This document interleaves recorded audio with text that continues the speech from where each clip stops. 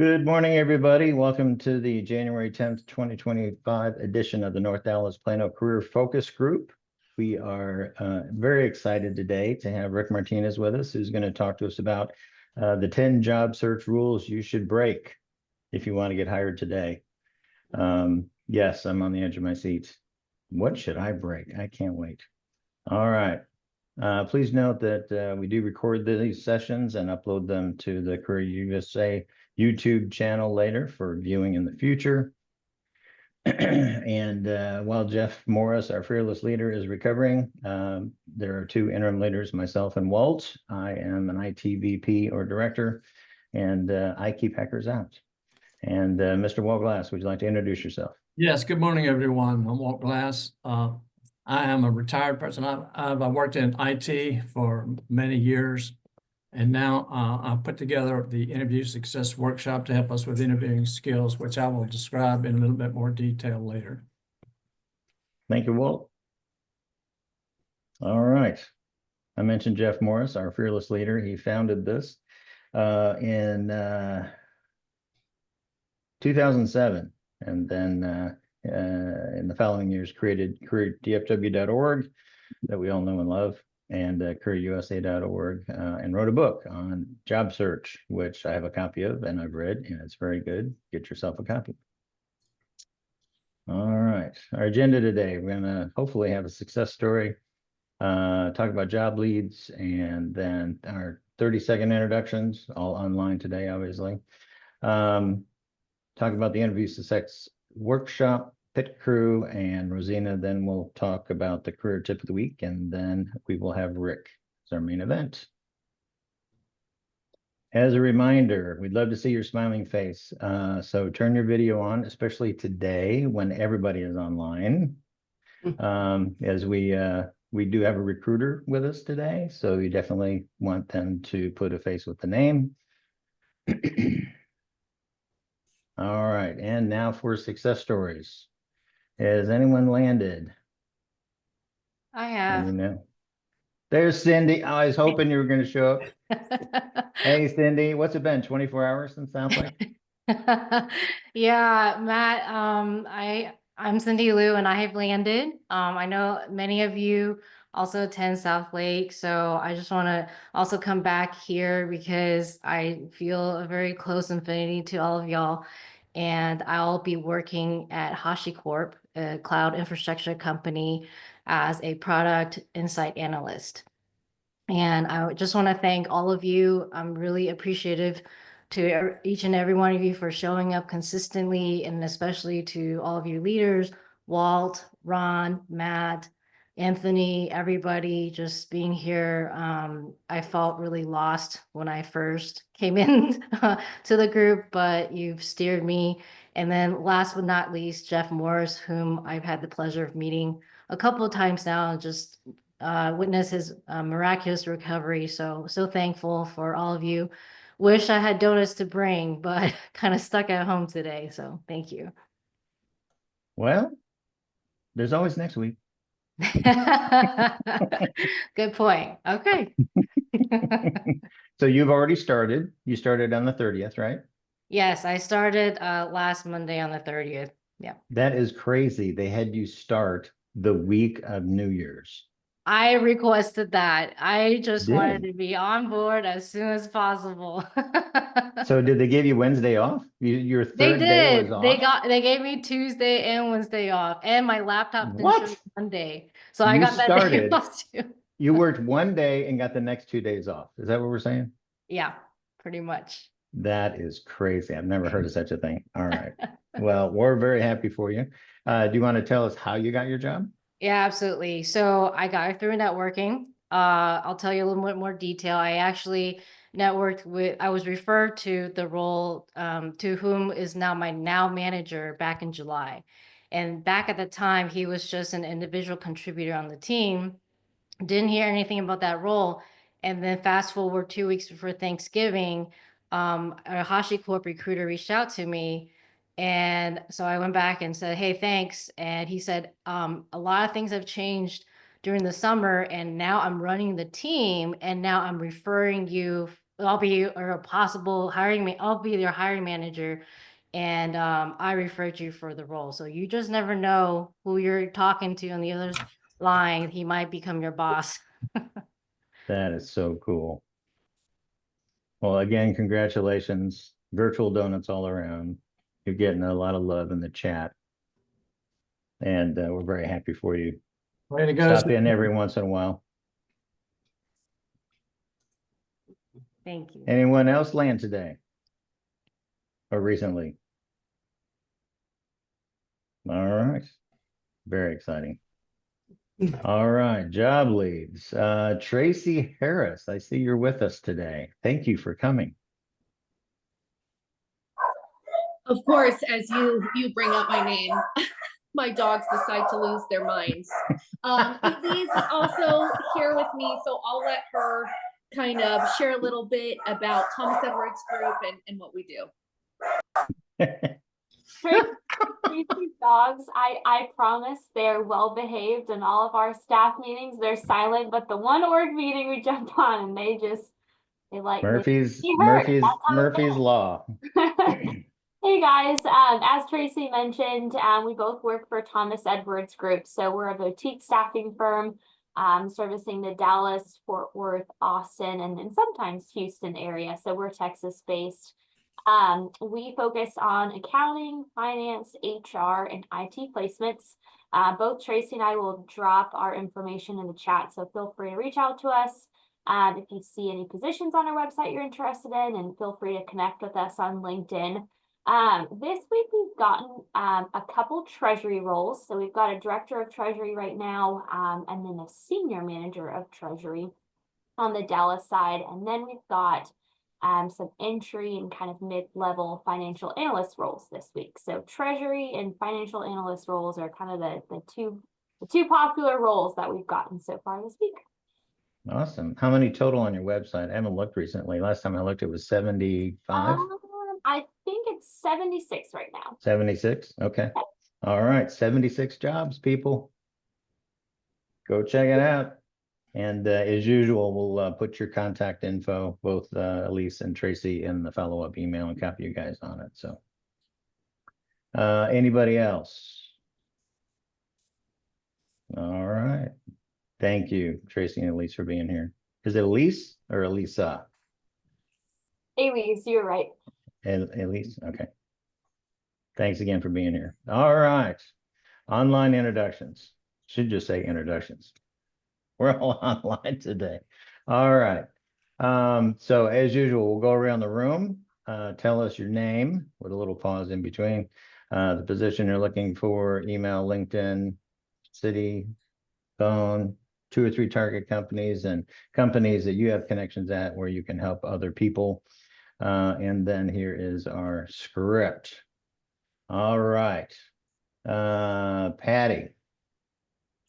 Hello, everybody. My name is Patty Bashy, and I'm looking for an account director or senior customer success manager role at a marketing research company. I would like contacts at Mintel, Ipsos, and Sago, and I have contacts at Nielsen and Kantar. My name is Patty Bashy. Thank you, Patty. John? Metzinski? Did I say that right? You did. Walt talked about me maybe speaking last. Is that what you want me to do, Walt? Yeah, you can go ahead now, John. Just want to Okay. welcome John to the group. He had talked to me and he has talked to other groups. And so he has some special information that would be of advantage to us today. Welcome, John. Thank you, Walt, and thanks, Matt. Good to see y'all. My name is John Machinsky. I'm the Director of Admissions at Computer Minds. I'm actually here to talk about some free training resources. Some of you guys have seen me at South Lake Focus Group and Frisco Connect, Meet the Recruiters, the different networking groups here in the Metroplex. But this is my first time coming out.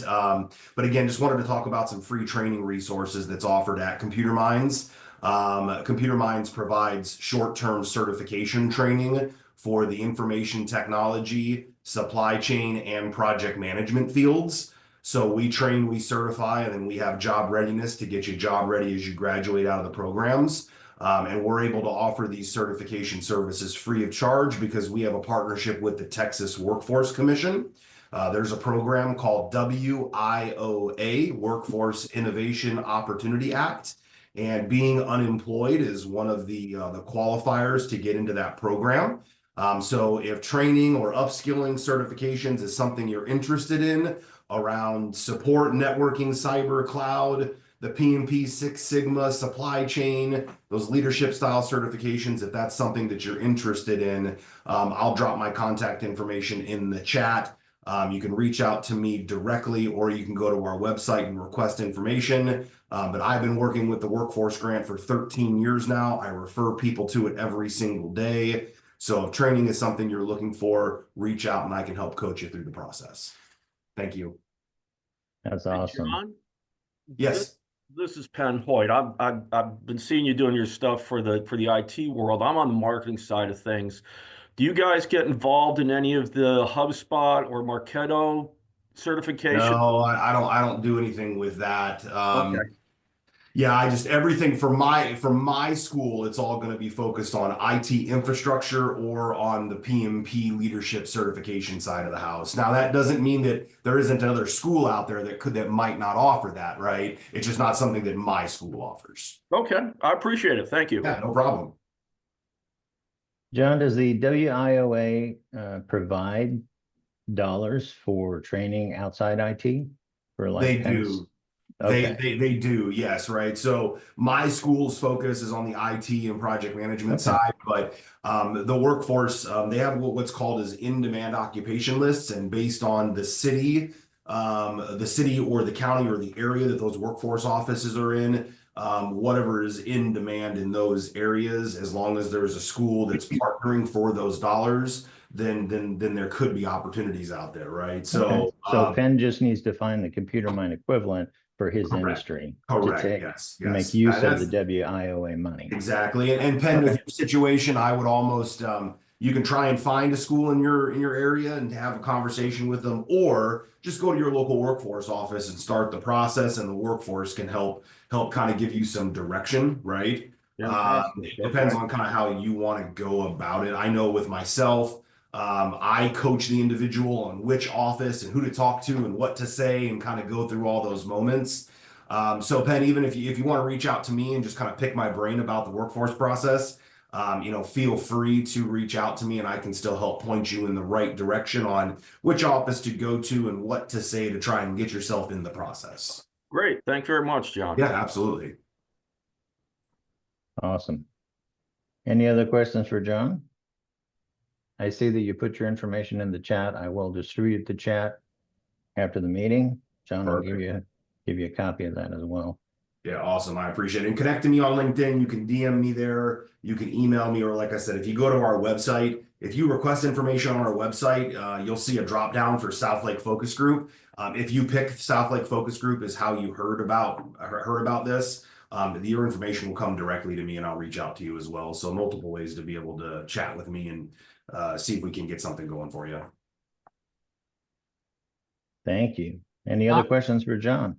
John, you're welcome to come back from time to time and revisit and let us all know, because we change as you well know. And so I know you periodically announce, so we'd be glad to have you come back and announce anytime. Awesome. I appreciate that. I'll probably pop in like once a month and just say, hey, I'm here, and just kind of go from there if that's okay with y'all. That'd be great. William, you have a question? I was you know what, I'll just go ahead and do my introduction, and then I do have an announcement about something John mentioned earlier, which was the Meet the Recruiters event. Okay, go ahead. All right, well, I'll start with my introduction. So my name is William McLaughlin, currently seeking a business analyst role, and currently looking for contact.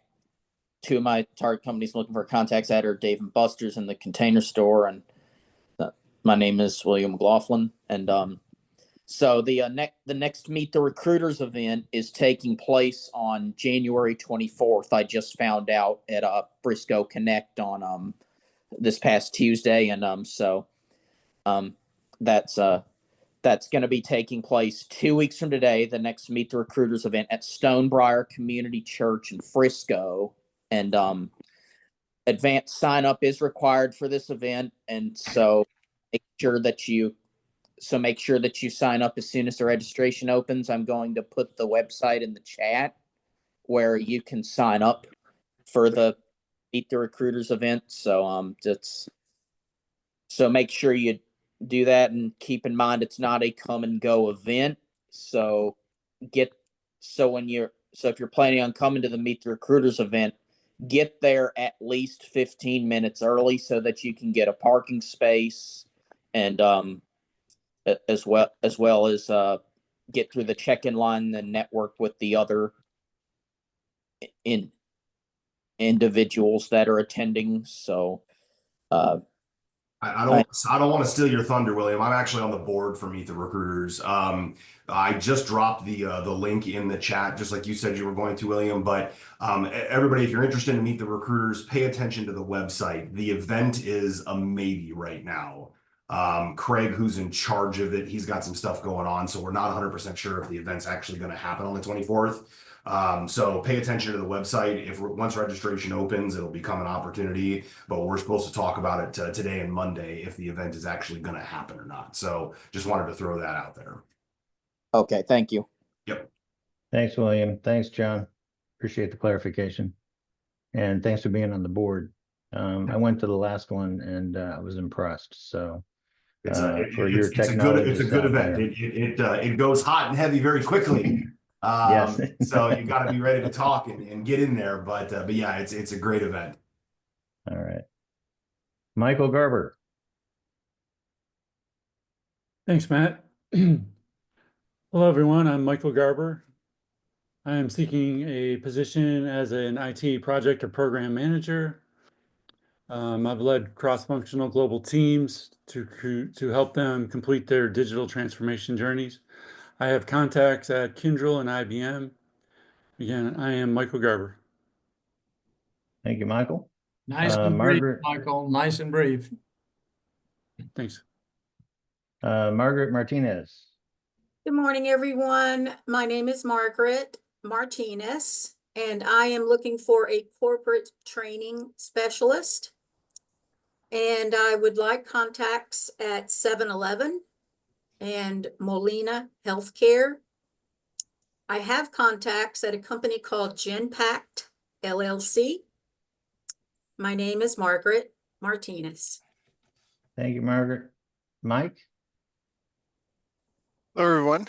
My name is Mike Belzil. So I am seeking a VP or Senior Director of Product role, focused on data and analytics solutions. So I'm looking for contacts at 7-Eleven and HEB, the grocer. And I have contacts at Walmart, Epsilon, and Circana. So my name is Mike Belzil. Thank you, Mike. Ben. Good morning. This is Penn, like what you write with and an extra N, Hoyt. I'm a B2B marketing director looking for a position in that world, be it software or all the way to stuff you can touch, such as furniture. I'm looking for contacts right now at Walters Kluwer, and I have contacts at Deltek and a variety of telecom companies. Again, my name is Penn Hoyt. Thank you very much. Thank you, Ben. Todd Haney. Good morning. I'm Todd Haney. I am looking for roles in customer success specialist or implementation specialist.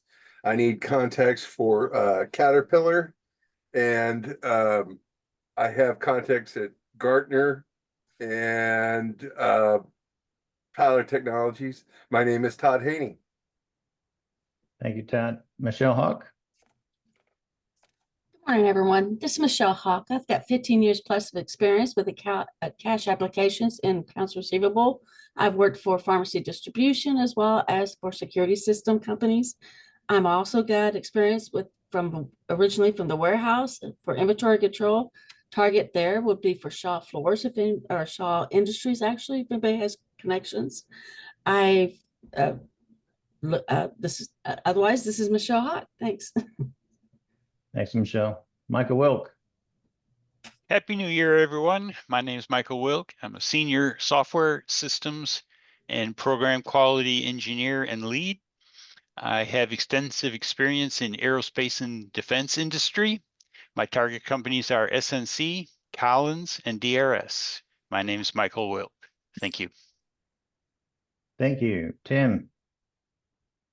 Good morning, everyone. Hope everybody's staying nice and warm. I'm looking for something in the cybersecurity world as an analyst or other role. I need a contact at Capital One, and I have contacts at PepsiCo. Again, my name is Tim Kluge. Thank you.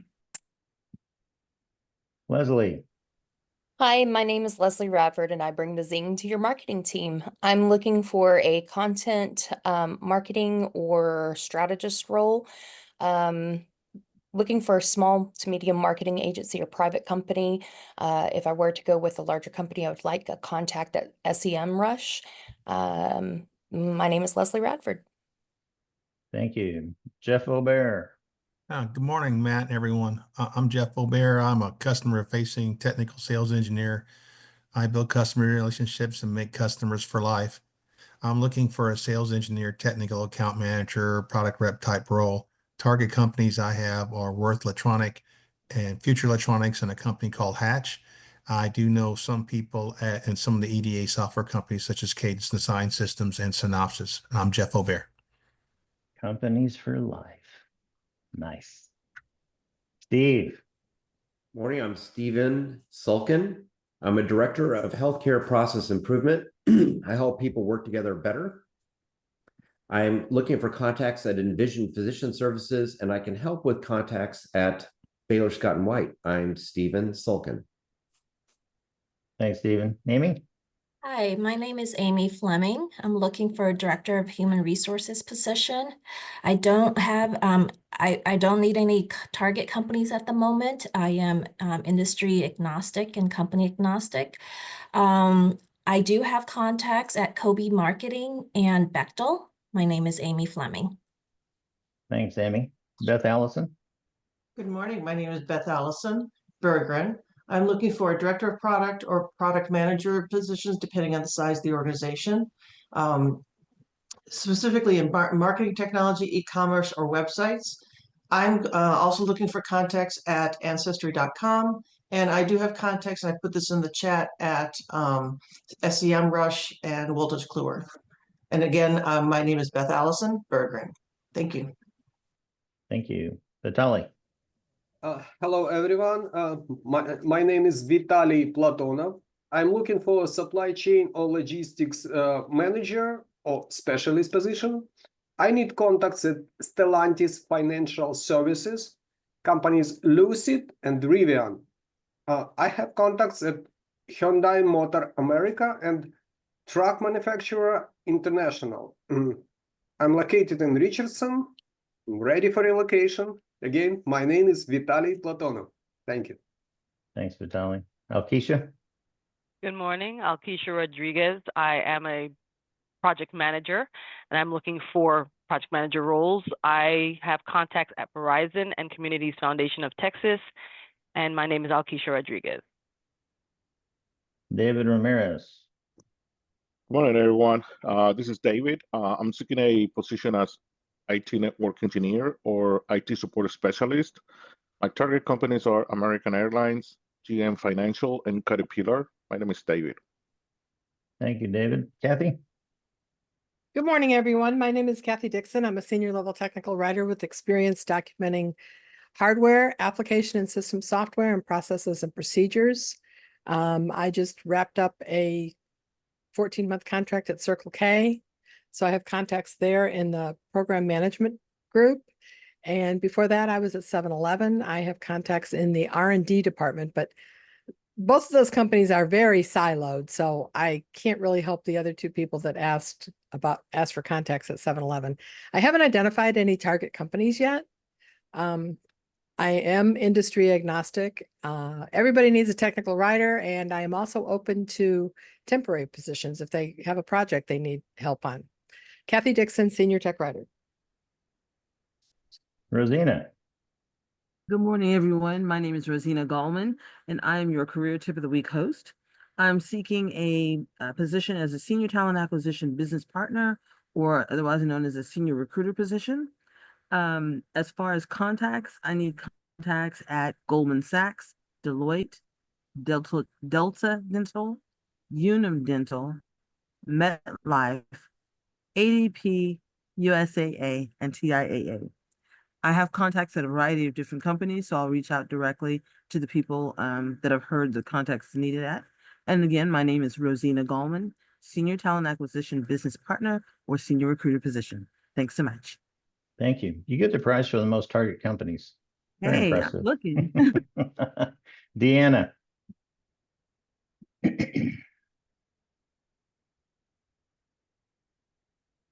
Going once. Coffee break. All right. Did I miss anyone? Rick, I'm going to give you a nice big interview here in a minute. All right. Mr. Glass. Well, once again, hello. What do I do in the job search world to help you? And that is where the rubber meets the road, and that's with interviewing skills.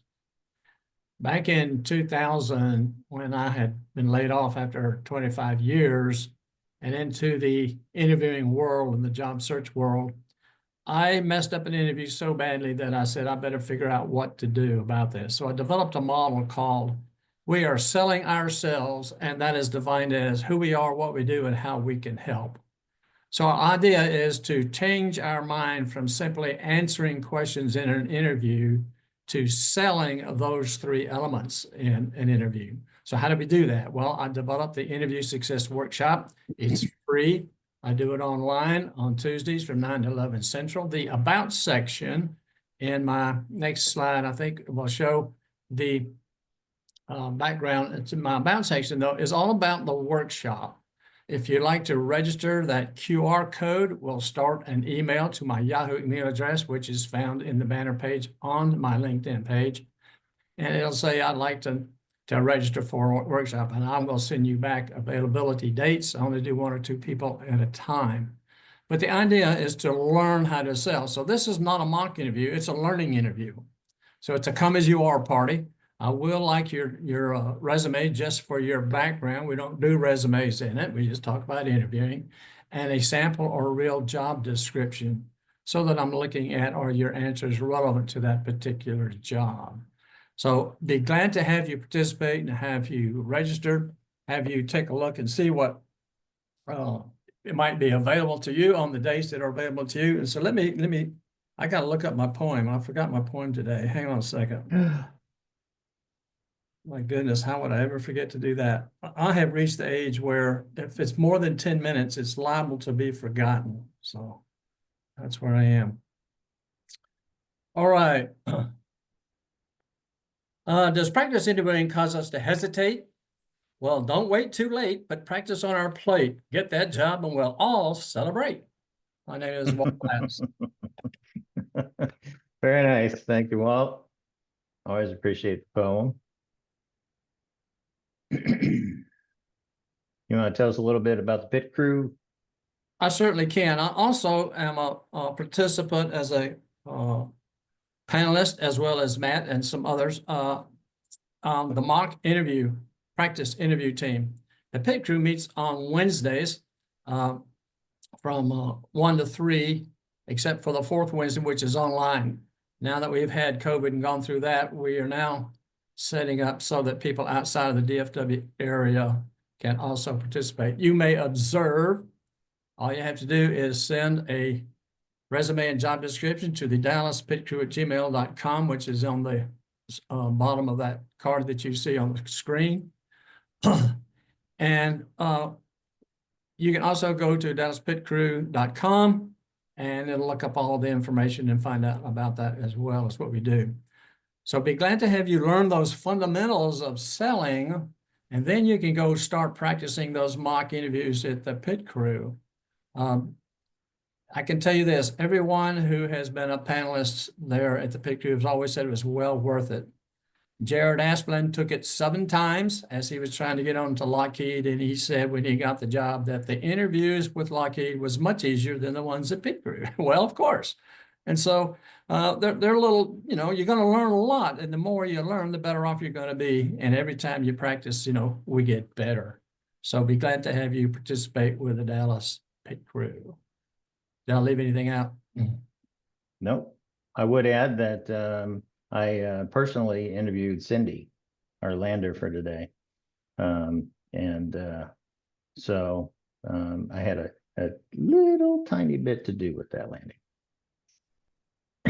It's on that panel too, if I remember right, Matt. I think you were. I Yeah, think Sandy you were. did a good job. Yep. All right. Rosina, you're up. Sounds great. Thank you so much, Matt. Give me just a second.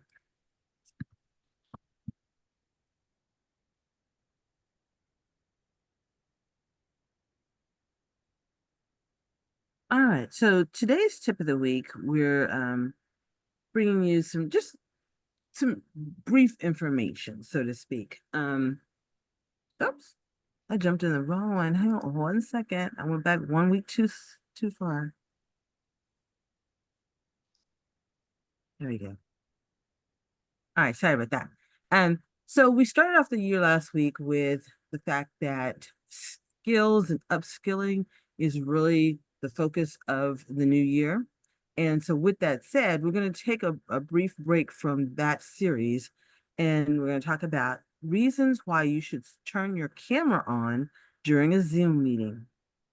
And so this article is produced by generative AI prompt that was provided by the Career DFW team. So this article provides rationale to support your personal choice and preference to have your camera on or off during a Zoom meeting. So turning your camera on during a Zoom meeting, and especially a Zoom meeting with other fellow job seekers, can enhance your experience and leave a positive impression. Here are some reasons or compelling reasons to have your camera on. First, it builds connections and rapport. So it humanizes interaction, and also everybody gets to see body language. So when you're humanizing interaction, you're seeing each other's faces, fostering a sense of community and connection, making the meeting feel more personal. As far as body language, you can express yourself better through nonverbal cues like smiles and nods, making communication more engaging. Second reason, increased accountability.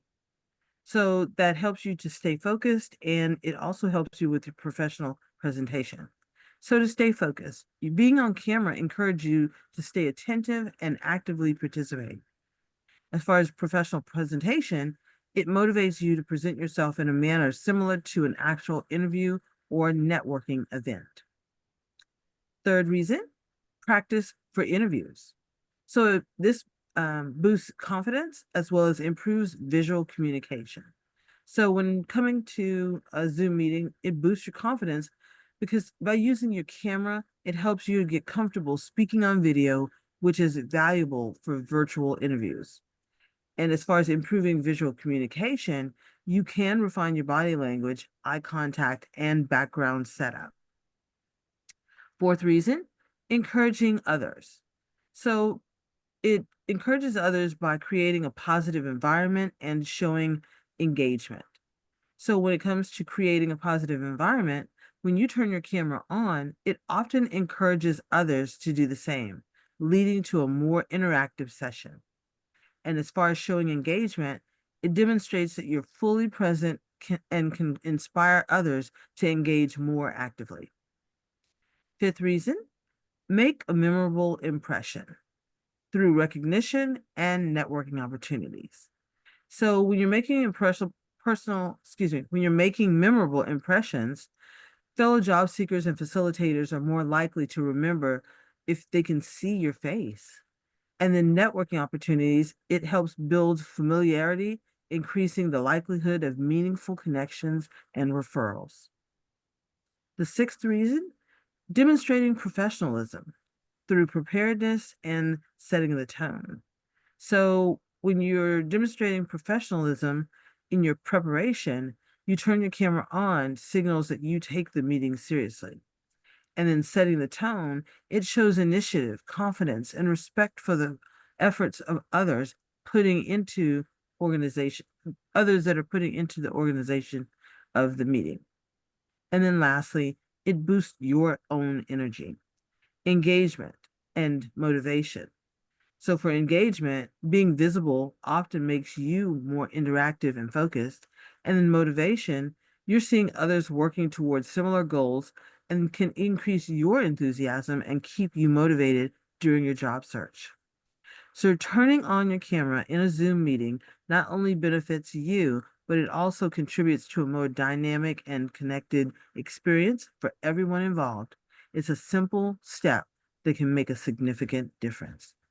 Again, this is the career tip of the week for January 10th, and it's reasons why you should turn on your camera during a Zoom meeting. Have a great weekend, everybody. Stay safe and stay warm. Thank you, Rosina. Appreciate it. All right. As a reminder, our tips of the week are uploaded on a fairly regular basis to the Career USA .org website. And Walt pulled a sample of these. Probably the biggest one recently is this one from November 17th, 198 hits. Back in September, Rosina did 500 action verbs that you used in your resume. Got 372 hits so far. And I think he pulled this a week or two ago, so probably more by then. So if you missed one, go check it out. We do post them on this website, careerusa.org. Thank you, Rosina. Lunch report, obviously, no lunch today. Wah, wah. And now we're gonna move on to the main event. If you have a question for Rick, either raise your hand in the Zoom or put the question in the text meeting chat, and we will make sure that he answers it for you. All right, and now it is time for the main event. Rick Martinez, who's has come to see us before, is president and CEO at R2, and he's going to talk to us about the 10 job search rules you should break now. Rick has over 20 years of experience providing technology-based expertise to Fortune 500 IT innovators and startup companies in North Texas. As CEO of R2, his company offers IT direct placement, consulting, and project delivery services to the marketplace, and he's done that since 1997. Founder and CEO Rick realized that the best IT talent consistently seek and find each other. His goal is to provide a virtual network for the exchange of ideas, concepts, solutions, and resources. His company brings together some of the brightest minds and gives them a chance to network, learn, grow, and solve today's key challenges. 54% of all placements originate from a professional referral. We know networking is key. The average R2 consultant has more than 15 years in the IT industry and is a proven performer in various industries and markets. It is the R2 mission of cultivating long-lasting positive relationships with its clients and consultants that continues to be the foundation of their network. And with that, welcome Rick Martinez. Thank you, Rick. Hey, thanks, Matt. Thanks, Walt, for the invitation. I really appreciate it. Thanks, everybody, for allowing me to come out and visit with you. And I appreciate you taking the time to let me share with you some of my thoughts and some of the things that I want to do. Let's see if I can get this to work for us where we can all be able to see my presentation more easily. I can see it. Awesome. So, and Matt, Walt, if you don't mind, as I go through this, if you see a chat, see a question, please interrupt me because I'm kind of not the best at multitasking everything at once. No problem. Hey, Rick, I see the speaker screen where the PowerPoint's on the left and the next slide's on the right in the notes. Yeah, let's see, I do too. I think if you click on the ellipses, you can turn that off. Let's see. Below the PowerPoint, you've got a couple icons. If you click on the ellipses, the dot, dot, dot. The dot, dot, dot, okay. And hide presenter view, there you go. Yep. Well, then it came back to the original, right? Here you go. Presenter view, we now see the full PowerPoint, and now you can click on the little presentation button down there in the lower right and go full screen.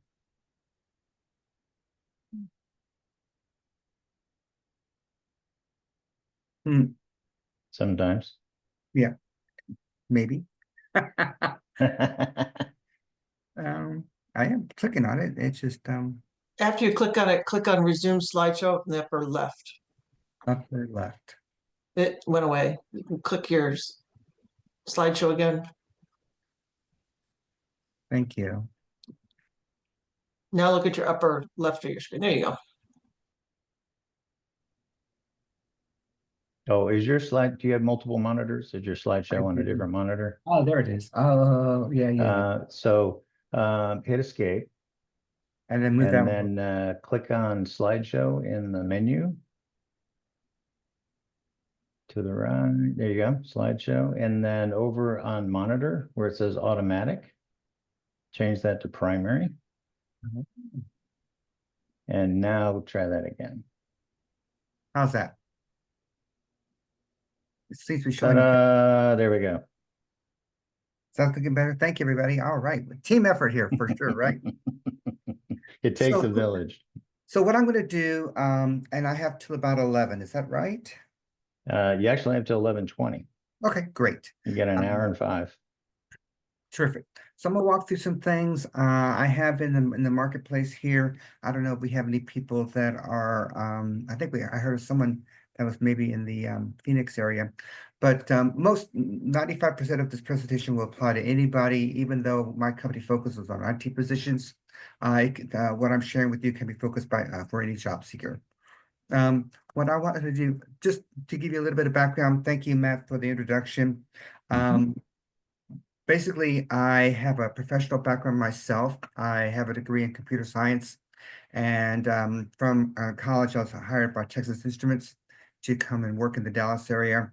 And I had about 15 years of experience with very large different organizations here in the marketplace: ExxonMobil, Citigroup, PepsiCo, Frito-Lay, Sprint, and so on. But for the last 29 years, I've been running my business, and I've really been very fortunate that I've had an opportunity to have a business that can help people grow their career. Simply put, I enjoy it when I get somebody in place because I help them pay their mortgage. I help send their kids to college, and it's very fulfilling for me. So my challenge to you is hopefully in my discussion here that you can find 2 to 3 takeaways that you can go back and incorporate in to your job search. And some of the things that I am going to be sharing are a bit obvious, and I'm sure you're already doing, but for different people are at different levels of their job search, and that's why I want to touch on all these different areas and talk to you about how maybe this could help you increase your opportunity to land and get that next opportunity, the next job there. So I used to say I was a Dallas-based company, and then I said I was a Dallas-Fort Worth-based company. And now, more specifically, I tell people that we are a North Texas-based company because there's so many organizations here in North Texas. And I also want to incorporate Irving, Denton, Alliance Airport, Waco. Those are all part of the North Texas job place. We can brag from a geography standpoint, and that today, North Texas has 53 Fortune 500 headquartered companies. We are the largest state with the most number of Fortune 500 headquartered companies. New York is second with 51, and then California is third with 50. So again, from a job placement standpoint, we have the highest marketplace that hopefully will be able to find you that next opportunity. So let's talk about some job growth. So the North Texas, Dallas-Fort Worth area has led the nation in job growth in 2023. And this has been exciting for us because we lead other metropolitan areas, New York, LA, San Jose, Chicago. And that's from the Department of Bureau of Labor and Statistics. Just so you know, I'm sure many of you watch the news, read various publications. We have new headquartered companies always being announced, a number always being evaluated to come here. You may have read already Tesla, Amazon, Comerica, CBRE are moving either their headquarters or a large presence of their headquarters into North Texas. And then in the pipeline, there are another over 100 organizations that are considering to also move and relocate here to North Texas. Wow. Yeah, and I want to talk a little bit more about that here in just a second. We've had 75 companies that relocated here in the past 24 months. So what does that really mean? How's that really going to help me, right? So let's think of it this way. What has been studied is that by year 2032, so what's that, 7 years from now, in the next 7 years, the US economy is going to add 4.7 million new jobs. Now, of course, a lot of these are going to be new technologies, new areas, things where you need to retool. And then I believe someone said earlier that no, I was on another webinar this morning. In another networking event I was at, they quoted the statistic that 41% of companies are replacing existing jobs with AI and AI-based products. So more today than ever before in our career, you want to always be able to retool, find things that you can, and just because you're in transition doesn't give you an excuse not to do that. And I think Matt has a great opportunity where if you can talk to him and find ways we can find some certifications and some training, I would highly encourage you to add that to your job search plan. So what we studied back in October of last year, so not even 3 months ago, North Texas is going to add 1 million new jobs. These are non-farm related jobs. Now, all of y'all just need one. So there's plenty of opportunities out there. It's up to you to go ahead and shake those trees. And I know there's a large percentage of you that are IT and IT focused. We also studied that there's over 21,000 jobs. Those are here in the North Texas marketplace. So there is rich. So remember I mentioned that we're the largest headquartered area in the state. And we lead the nation in people moving here. We've done this for the past 10 years. Since we have left COVID, hopefully forever, we have moved back up. There are 1,400 people a day that move here to North Texas. That's basically 60 an hour. So look at that. So when you see, not today because of the snow outside, but that's why our roads are getting more traffic. That's why there's more congestion. There's so many, and why are they moving here? Because of the opportunities that are here. A few of you mentioned, I want to bring this up because I think it's important for everyone to realize this. There were people that mentioned on the introduction, they're looking for contacts and people to meet in companies like PepsiCo and Caterpillar and other large companies here in North Texas. And that's great. I think that's a perfect way to go about pursuing opportunities. What I want to make sure, I hope this is a takeaway for you, is besides the corporate entities that are headquartered here, guess what else happens? So let's say, for example, Tesla. Tesla's moving into the area, is having a bigger footprint here and in Austin. What I want to challenge you to do is to go and look at who are the service providers, who are the primary vendors for these large companies. Let's say Tesla has needs in supply chain, vendors that are supply chain, distribution, batteries, all these other ancillary vendors that support them. Go and find those companies, because guess what? If Tesla's having a bigger footprint here, they want to have a footprint here, or they want to expand their footprint here. And so they're adding jobs. And who's going to be applying as a job seeker? Are people going to be applying more to Tesla or more to those vendors? Probably Tesla. So if you go to those vendors, you have less competition of other individuals applying for those jobs. So then someone asks, well, how do I find out who are the vendors for Tesla? And it's very easy to do that. There's a number of different ways, but a simple way is just go into their annual report. In their annual report, they go ahead and many times they will reference XYZ company has really come online to bring us more batteries or more tires for a particular area.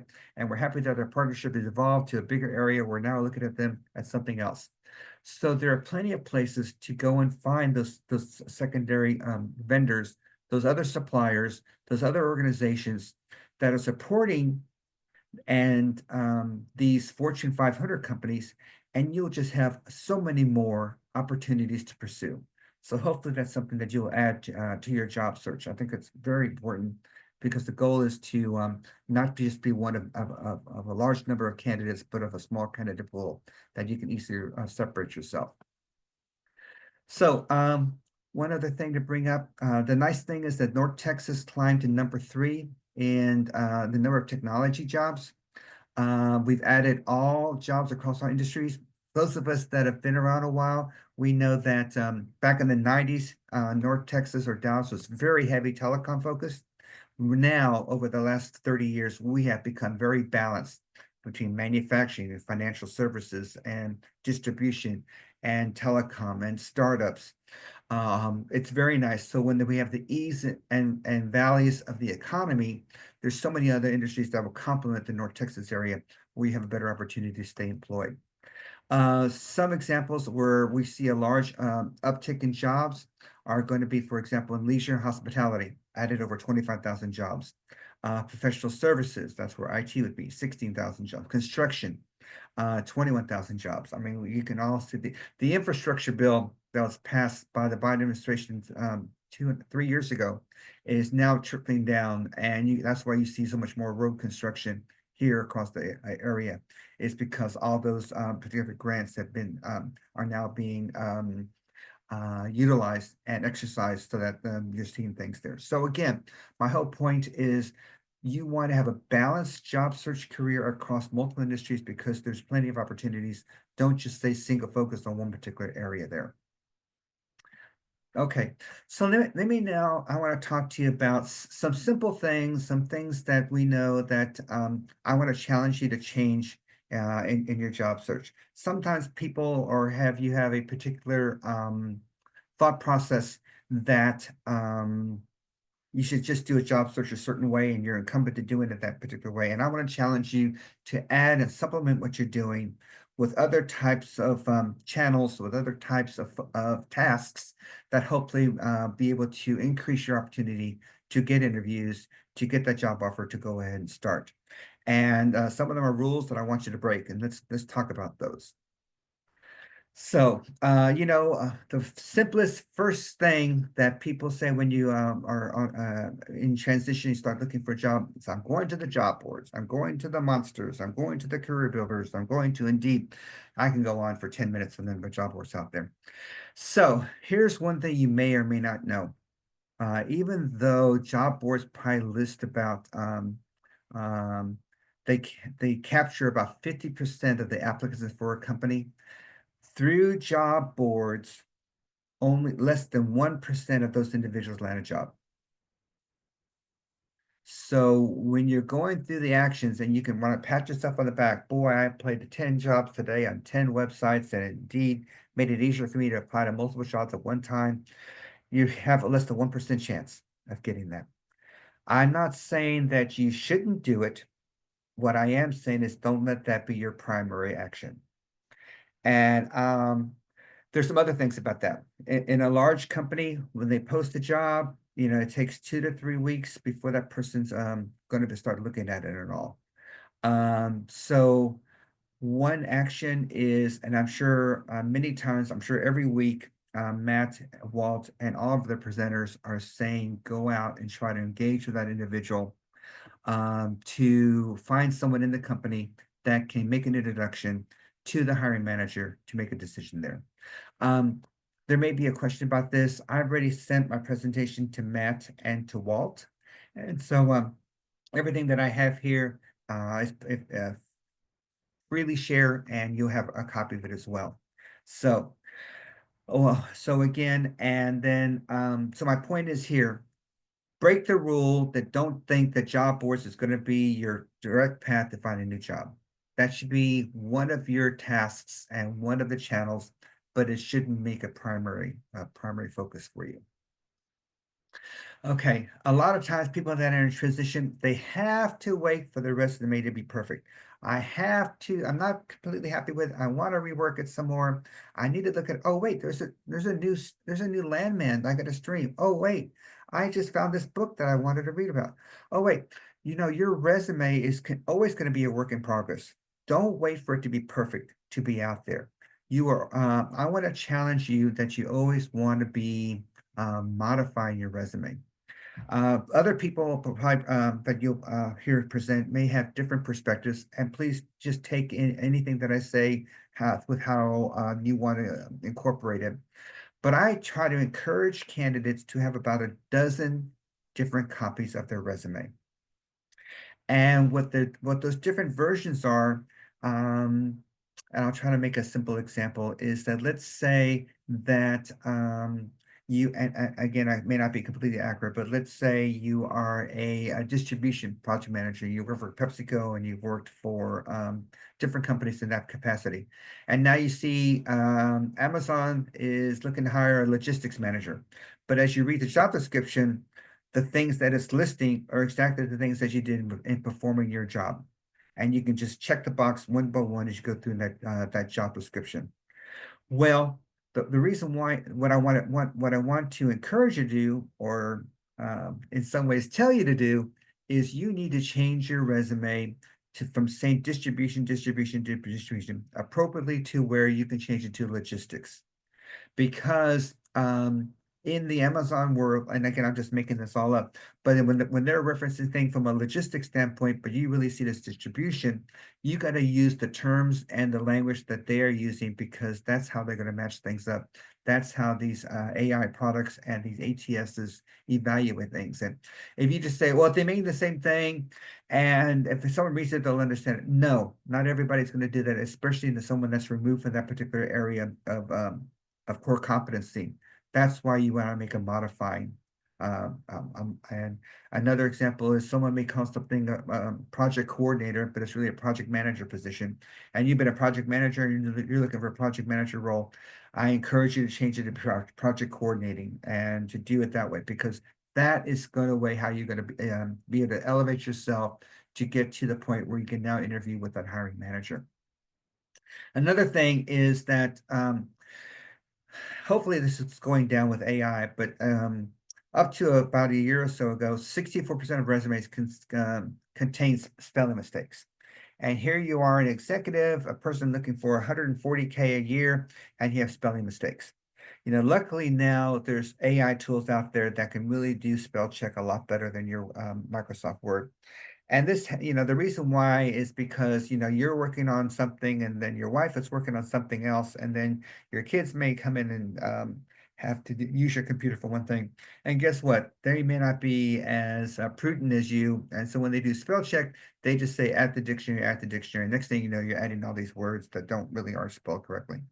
So it's very important and it's keen. And I have not a lot, but I have a few managers that are very particular, that regardless of how well qualified, how strong the resume reads, how much experience they have, if there's spelling errors, they move on. They just will not continue on, regardless of what the person did. So please take that time, review that resume, make sure that you check it for spelling mistakes or so. And then lastly, remember, okay, so this whole slide is about your resume or such. And just to, again, emphasize, you want to tailor and customize your resume to the particular area that matches up to the job description. You want to use those type words.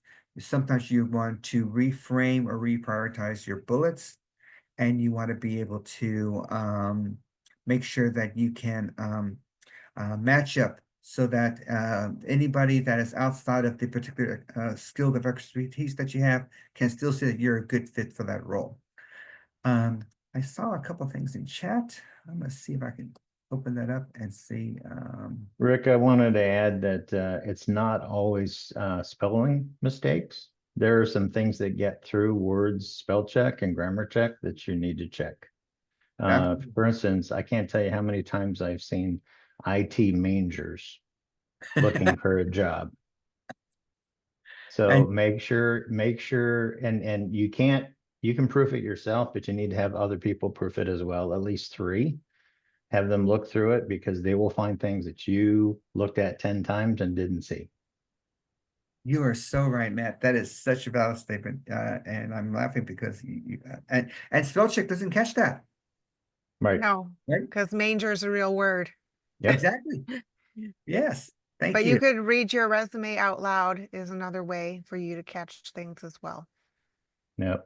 How Keisha in the chat saw implantation instead of implementation. Again, implantation. Spell check won't catch it. I have a question, Rick. How Sure. do we reconcile the different resumes with our LinkedIn profile? And we got, basically a resume on that and try to make something generic that fits everything. So what do you suggest about that? Yeah, and I'll use the word suggest because this is what I tell people, but of course someone may have a different perspective. Okay, so you have a dozen or 15 different resumes and they may say different things. Every recruiter, before they pick up the phone or before they open an Outlook message to send you, they will take your resume and then go and look for you on LinkedIn.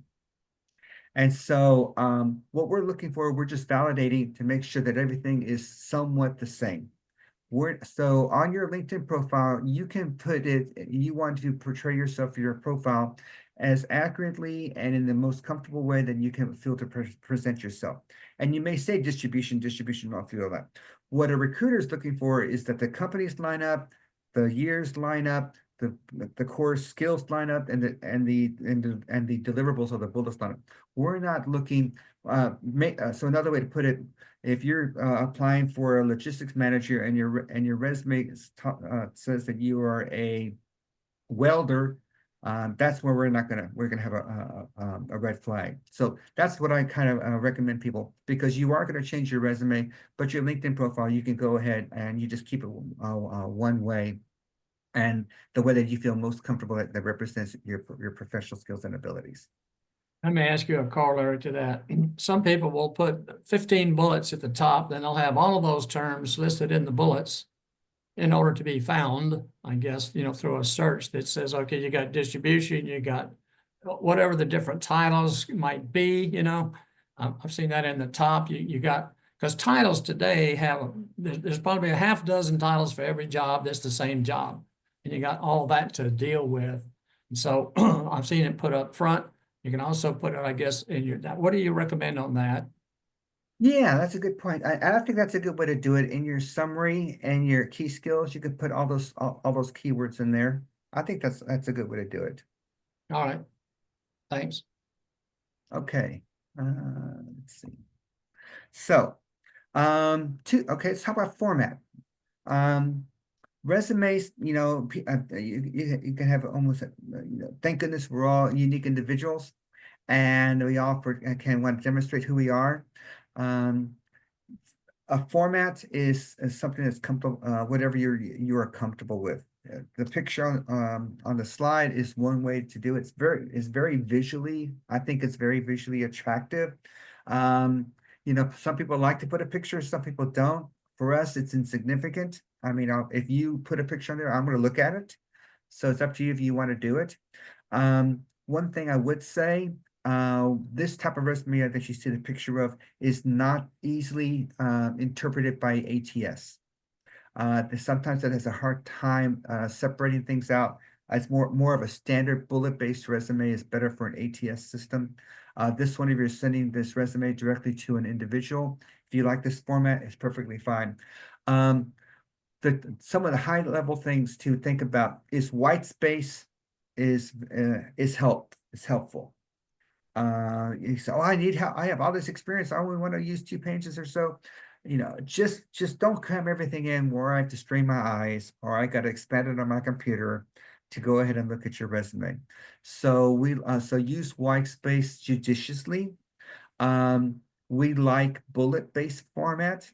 We like things where we can specifically and quickly read a person's tasks actions, deliverables, what they've delivered, the time frame, any budgetary or leadership responsibility, and then any kind of time frame. And don't just say ahead of schedule and under budget. When I read that, what I read is they finished things one day early and saved $1. Make sure you put it ahead of schedule by 3 weeks or 21%, and or what I always like to see a specific measurable amount when you work through your resume. So those are the things that we see. Other than that, just use white space. Make sure you put your contact information. Contact information, you should, at least in your footer, be on every page, because we do have managers that still print things out because they are reading it when they are in commute, on a bus, on a train. They read it when they're watching their kids and they don't want to pull up a laptop. So have that, so again, make sure you have in your header or your footer on every page where people can put things back together again. So those are the key things about format. Okay, another thing is sometimes people say, okay, my job seeking plan is to apply for 20 jobs a day. My job plan is to do XYZ. I want to challenge you. Parts of being a job seeker is still a numbers game, but you are doing sales. You are selling yourself to a company for a purpose of being hired. So you want to be judicious in the ones that you do apply for. Did you do it in a highly quality manner? So and where I'm going with this is, and I'm sure this has been said many times before, only as a last resort should you apply online. You should use LinkedIn. You should use that regularly, daily. Find people through your network or that you can make introductions to. Try to create some sort of dialogue with them where perhaps they could be your advocate, to be able to find a person that they can be your advocate to present your resume for. So that's a quality-based job application, as opposed to just going on to Indeed and applying to 10 different jobs. Couple other things, and I'm not we do use some job boards, but I'm not a big proponent, because I say, oh, I like going to Indeed because I can just apply one place to all these different jobs. It's just all of them in one place. So so Indeed is what's called an aggregator. They go and they scrape jobs across multiple organizations, and they pull them in for someone to look at and do searches on. But you know what? They don't go to every single job site every night. So they may pull, and I don't know exactly, but let's say they pull jobs from Capital One on a certain day and populate it into Indeed. They may not go to pull again Capital One for 2 weeks or 10 days or something like that. Well, when you look at a job and it says fresh on Indeed, it still may be 10 days old because it was somewhere else. So whereas if you went and did marketing research through LinkedIn and made connections, you can now not only find the jobs as they become available, you may actually create connections and relationships where they can say, you know what, there's not any openings right now, but I know in second quarter, which is March, that I will be opening a job for this particular position. So I'll keep you in mind. Let's keep a dialogue open until then. So my main point here is that's some reason why you have those different types of resumes, is to be able to make sure that you have to send the right one to the particular job that you have. So what I want you to do is, like I said, you have a master resume. That's the one you feel most comfortable with, that lists all your skills, certifications, and work experiences. Then you send that particular resume the way that you want to tailor it, and to the particular job that you have, that you're trying to pursue it and try to get in front of the manager of. And then make sure that you use the appropriate keywords or the appropriate acronyms or any of the appropriate things that are in the job description that'll help separate you from other candidates. And let me tell you some of these. So I'll just leave it at that for right now. So that's where I believe you'll have the best bang for your buck. It takes more work. It's going to be a more effort on your side, but it will have the best opportunity to reap your rewards on them. So I would say instead of your goal being applying to 10 job boards every day, I think it would be a much more appropriate goal to create 10 new LinkedIn connections every day. That will give you something that I think would be a better use of your time to pursue that right job there. So people always say should I reach out to everyone in my network? Well, how should I do that or so? So let me kind of walk through this in a couple of different ways. In today's marketplace, and it's just the reality of what our economy is going to be. I don't think it will change any. People are always going to know someone in transition. People a lot of the time will experience that personally. It's no longer a taboo. It's no longer something you should be embarrassed and keep your head down. It's just a reality of the marketplace. So I encourage you when you talk to your network to talk to people as you have that dialogue. Don't do the first thing, hey John, nice to see you. Hey, I'm in transition. But more like continue your value, building that relationship. And when usually at one point they'll say, so how are things going? Or what are you up to? Or whatever it may be. Then take that opportunity to say, oh, well, I'm in transition. I left XYZ company last month, a couple months ago or so. And if they're in your network, if there's someone that you know, whether it's professionally, whether it's from church, whether it's from poker night, whether it's from a crochet club, they may or may not know someone. Again, you maybe try to get into Caterpillar. Well, I didn't know, but John just took a job at Caterpillar. Maybe you should talk to John. Oh, I didn't know that.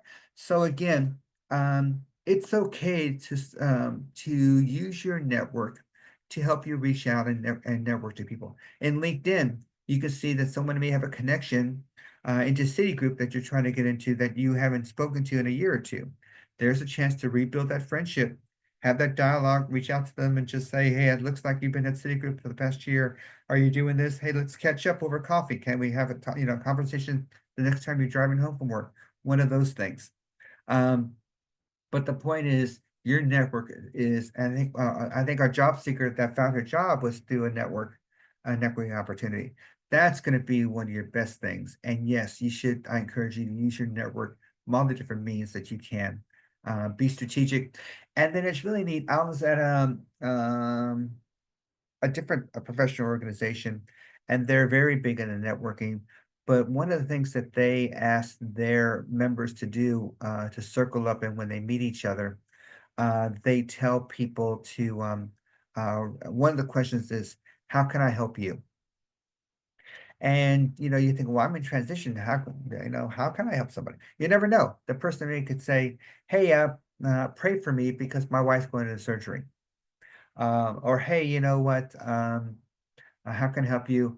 Well, we're looking to plan a spring break trip to Aspen in March. Do you know of any places that are good for staying at? Oh yeah, there could be whatever. But again, the whole part in a networking opportunity, in a professional relationship, it is dual. You give and you take. And just because you may be asking for a connection or asking for someone for an introduction doesn't mean that you may not help them in a particular other area. So let's see. I'm going to check the chat to see if there's anything else that may be coming. All right. So we go on from there. Hey, Rick. Sure. Yes. That line, Anthony Autry wanted me to tell everybody hello. He's generally a regular participant in these meetings. He recently had some surgery and is recovering, and so part of the network is let's pray for Anthony in his recovery. For sure. You just reminded me of it. Good time to bring it up. Okay, so now I want to talk to the women of the group and everyone else as well. So I'll take a minute and give you a little history here. So many of you have seen in the job description just countless requirements and many things that that the job is having to ask for. And you kind of read it, it could be 3 positions or so. And the reason for is because any job that you see that's posted that someone's trying to hire, they've had to work and validate and justify, and in some cases beg to get that head count. And they may have been working for the past 2 weeks, 2 months, 6 months. We've had jobs that we've been waiting for 6 months to get released. And so now they've finally gotten all the approvals in place. They're now able to start hiring for it. And so they put all these things in there because that's what they need to perform this job to their for the opening that they have. So where I'm going with this is that if males by I'm not sure an exact reason, but males will apply for any job that they are have 1/3 the skills on the job description. I could do that. I can learn within a day. You know, I'm all for it. And you know what? It opens doors for them, and they can get interviews sometimes from that because again, a company is putting pretty much everything in the kitchen sink on that job description, knowing that there's no one out there that no one can 3D print that person to have all the skills. So from that, they're going to find the best qualified person that will meet as close as they can to those set of skills. Women will typically only apply for jobs that they are 80% qualified.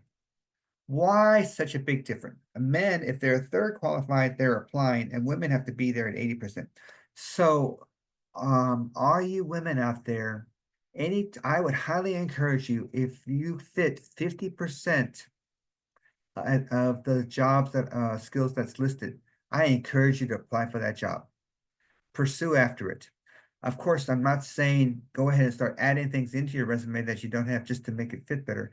But people know that there's always a combination of skills and talent and background that they're looking at an individual to evaluate to hire. And you want to just be able to get in front of those people to have that opportunity. So from both perspectives, yes, you should make sure, again, if you're a welder, don't go apply to be a cybersecurity specialist. But if you can parallel your skills into the skills that it's looking for, I highly want to encourage you to go ahead and take that time to pursue that particular job as well. Any questions on that? And it's a hard lesson because, like I said, companies realize, hiring managers understand that even though they're putting all these skills out there, they know they're only going to get a subset of them. And your job is to try to be one of those options that they can evaluate and look at. Okay, cover letter. So cover letters have a bunch of people have different perspectives. Recruiters have different feedback on there. Since I wrote this presentation, I've changed, or I've had a different mindset about cover letters. My only primary statement about cover letters is that make sure it is appropriate and is tailored and detailed to the specific job that you are trying to apply for. The good news is with AI, ChatGPT, Copilot, a number of these other job seeking tools, you can get a cover letter written in just a matter of seconds. And it's that way. That's where I'm coming from. If you're going to write one, they're easy to be written. They look wonderful. They are very grammatically correct, and just use one. People use cover letters when they want to transition industries. Let's say someone has had a long background in banking, and now they want to get into startups or manufacturing. This would be a good way for them to transition, to explain why they want to look at this different job than their other banking experience or so. It may also, you may use a cover letter to help this explain a gap in your resume or a transition in your resume or any other things like that. But yeah, that being said, again, if you're going to use one, make sure that it's highly tailored to the job that you're applying to, or a cover letter may be used for when you're making an introduction to someone.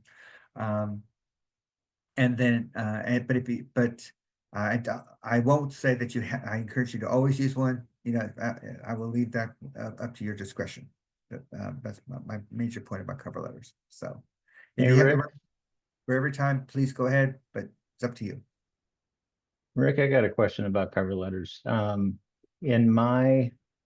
I've been a consultant for about half my career.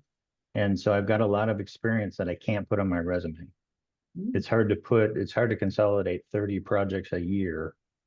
So, most people look at the experience on a job basis. My experience is on a project basis. So I often have to point out some experience that's not on my resume in a cover letter. And my question is, if there isn't a place to put a cover letter in the application screen, what do you think about the idea of putting the cover letter as the first page of the PDF resume?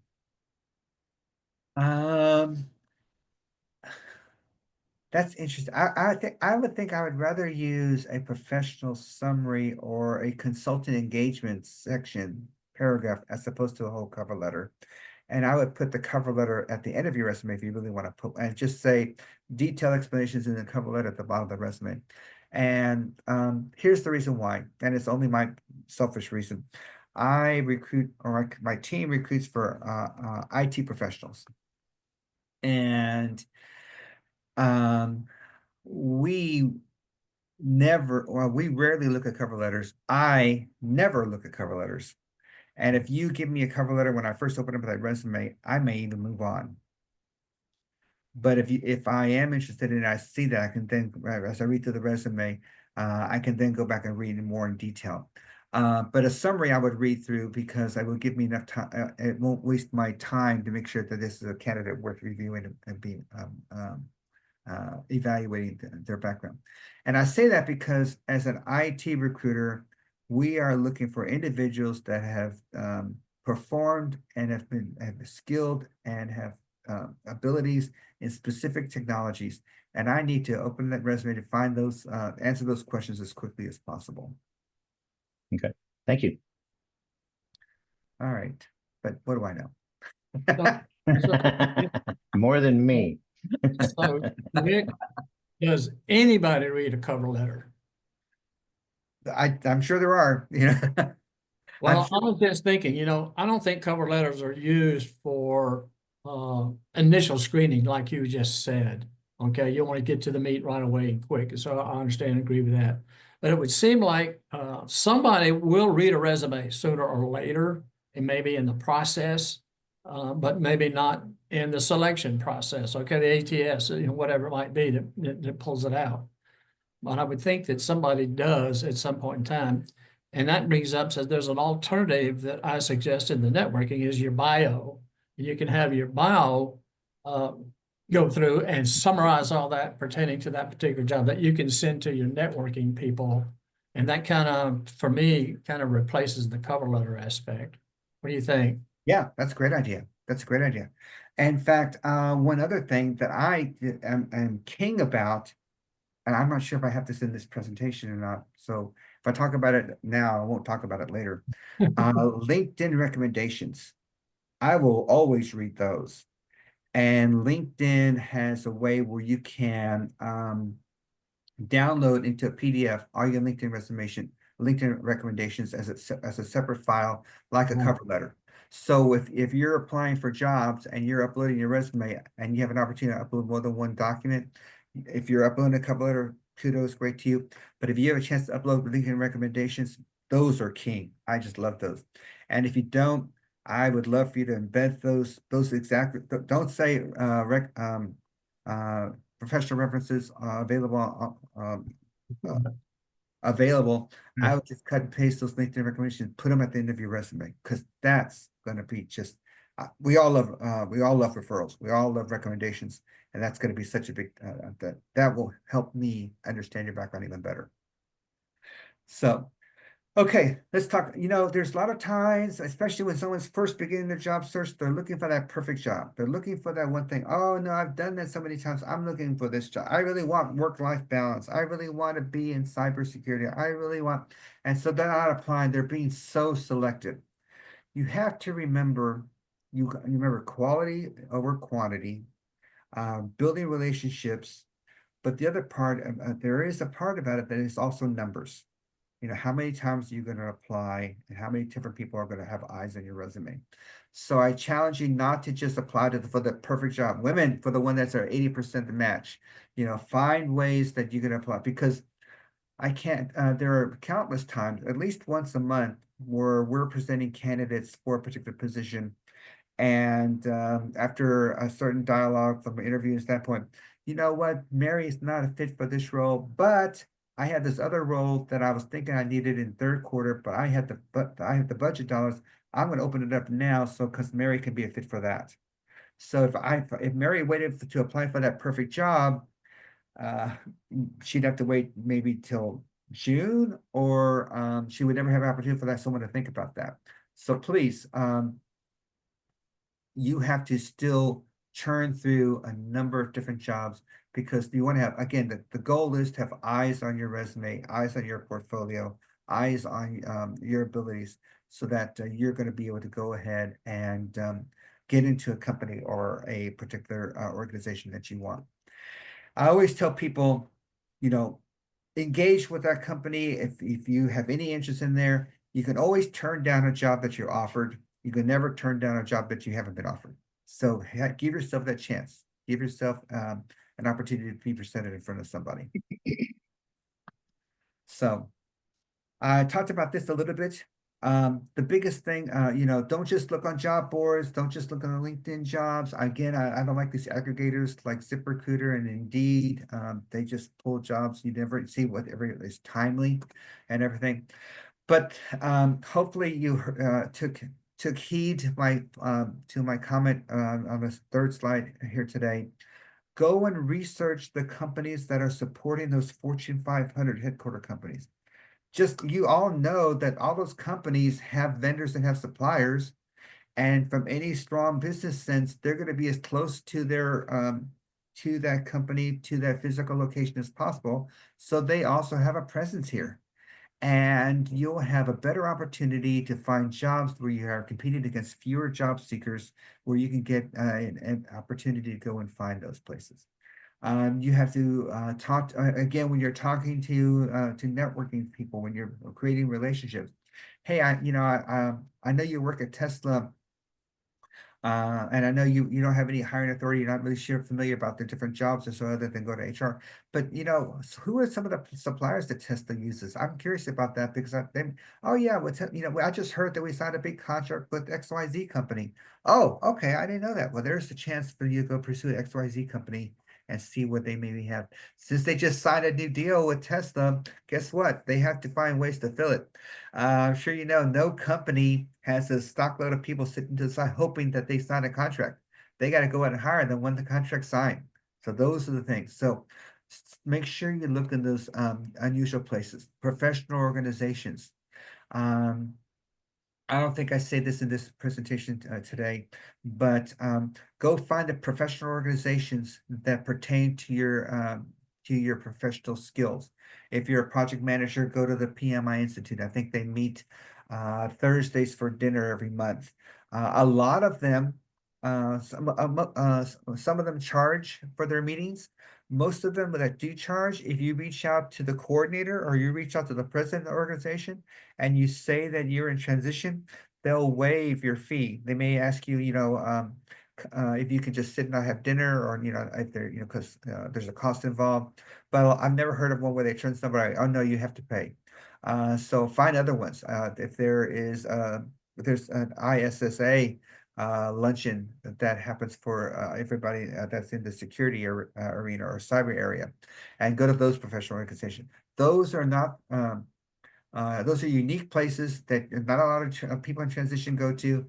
Have the dialogue. You're still there to listen. You're still there to gain knowledge. And guess what? Most of those organizations, when they have speakers, the speaker is talking about something that is cutting edge, that is a new technique, a new technology, a new process.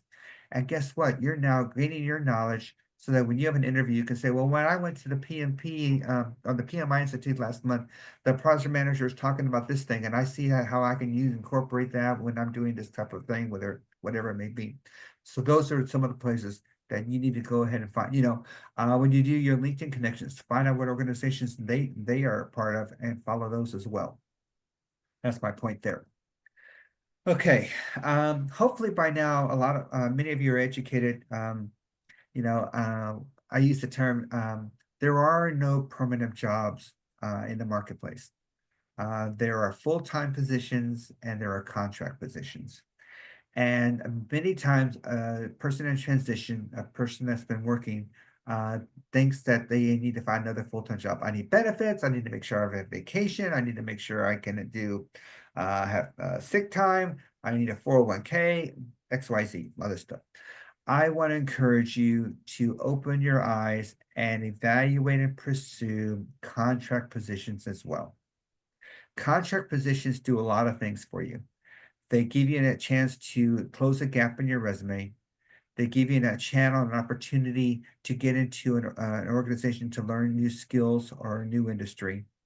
And they are also enabled, a lot of times a contract position will evolve into a full-time role. We see more contract jobs, and we expect to see more contract jobs from now all through the future. I don't know the numbers. I remember I shared the slide about 1 million jobs are going to be created in the next 7 years. More than half are going to be contract. So please, it's just going to be something that is the reality of today. And I need a permanent job because I want to have stability and I want to have long term and I want to make sure I get a pension. I'm sorry, those days are behind us. Permanent jobs, that's why they're full-time jobs. And both of them have can end at any point in time. And so but the big thing is that you want to close that gap in your resume. You want to be able to find ways to get engaged back with the company, and you may end up liking what they're asking for you. Another thing is that contract positions move faster. In a full-time role, and I mean move faster, you get hired faster. In a full-time role, sometimes you gotta have an HR interview, and then you have to have a manager interview, then you have a team interview, then you have a performance interview, or whatever it may be. And then they decide, okay, we got to do a market analysis to see what the salary is, and it's 6-8 weeks later, and you might get an offer. Contract position, HR is usually not involved. You have sometimes an interview with the hiring manager and then the technical team and a decision. Most of the time, it's a technical team and a decision. So usually it's 1 to 2 weeks. So again, just from a duration time frame standpoint, you can get engaged so much better. So any questions about contract? Any people that have a heartburn about trying to pursue those things? So, I have a question. Oh, great. Go ahead. So regarding the contract roles, like which kinds of companies are you looking at that have or offer these? Are you saying the Robert Halfs, basically the temp jobs, the Manpowers, and so forth, or are you talking other companies? No, you're exactly right. It is the Robert Halfs, the TEGs, Thomas Edwards Group, the R2 Technologies. Us, we have a lot of contract jobs. And are mainly staffing recruiting companies. That's very very rarely do actual companies post contract positions. They typically don't do that at all. So that's it. And so I would highly encourage you as part of your job search is to create some bonded relationships with a couple, 3, 5 companies, the Robert Halfs, the R2s, the TEGs and all, because they're the ones that will have be aware of no contract positions. So and just work with them. And again, I'm not saying you have to talk to everybody that calls you, but find some individuals, find some recruiters that you feel are confident and can portray your background and your skills in a positive professional way by absolutely and work with them. And then you will be paid by the Robert Half, and the Robert Half bills company XYZ, and you are on assignment for company XYZ. That's usually how it works there. Okay. All right. Rick, I think Kathy has her hand up. Okay, go ahead. I do. I wanted to say 2 things. One of them about contract companies. I accepted a contract position in February of 2020, and a week after I started, we all went home. And it turned into almost a 3-year contract with an outstanding recruiting company. It's Resolve Tech in Dallas, if anybody is interested in seeing if Resolve Tech has anything. They have insurance, they have vacation, they have whatever the company's vacation is, that's what you get. Whatever the company's holidays are, that's what you get. I mean, it was a fantastic contract that came to an end when they merged with Speedway. So, you know, it does always come to an end. The other thing is, I was not qualified for the job I got at Circle K. Circle K was looking for someone with convenience store experience. I would never have applied for that job. And I told them during my interview, no, I worked on the fuel side, not the convenience store side. They hired me anyway. So I think everything Rick is saying is true. I've lived it. Thank you. Great stories. Yes, of course. And and all of a sudden you have a great professional experience on your resume for a 3-year assignment. So all that's good. And here's another reason. So this year we expect almost 2/3 of jobs to be contract. I'll say that again. This year, 2/3. So if you're not looking at contract positions, you're missing 2 out of 3 open jobs. Okay. We're seeing remote still a component of jobs out there. We are seeing more and more companies pulling people back in. So you want to ask whether they're full-time or contract roles. Is it a on-site? Is it a hybrid, or is it a remote position? Be aware if it's a remote job and it's contract, we're seeing our clients asking the contractor or the consultant to have their own equipment.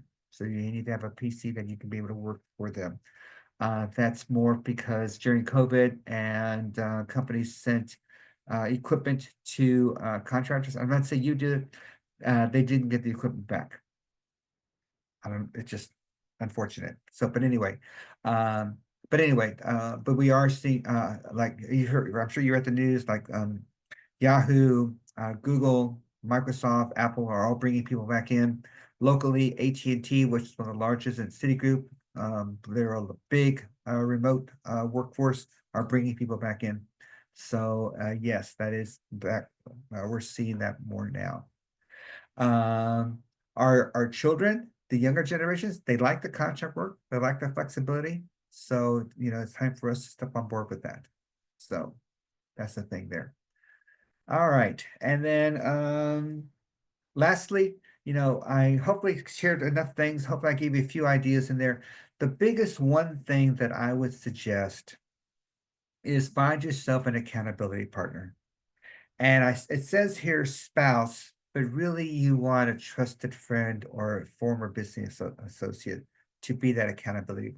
Someone that's going to hold you to task, someone that's going to help you create and review your work plan, make sure to hold you accountable, let you share your struggles and help preparation. You have the pit crew that you can help preparation for interviews, but that accountability partner you should plan to meet with weekly.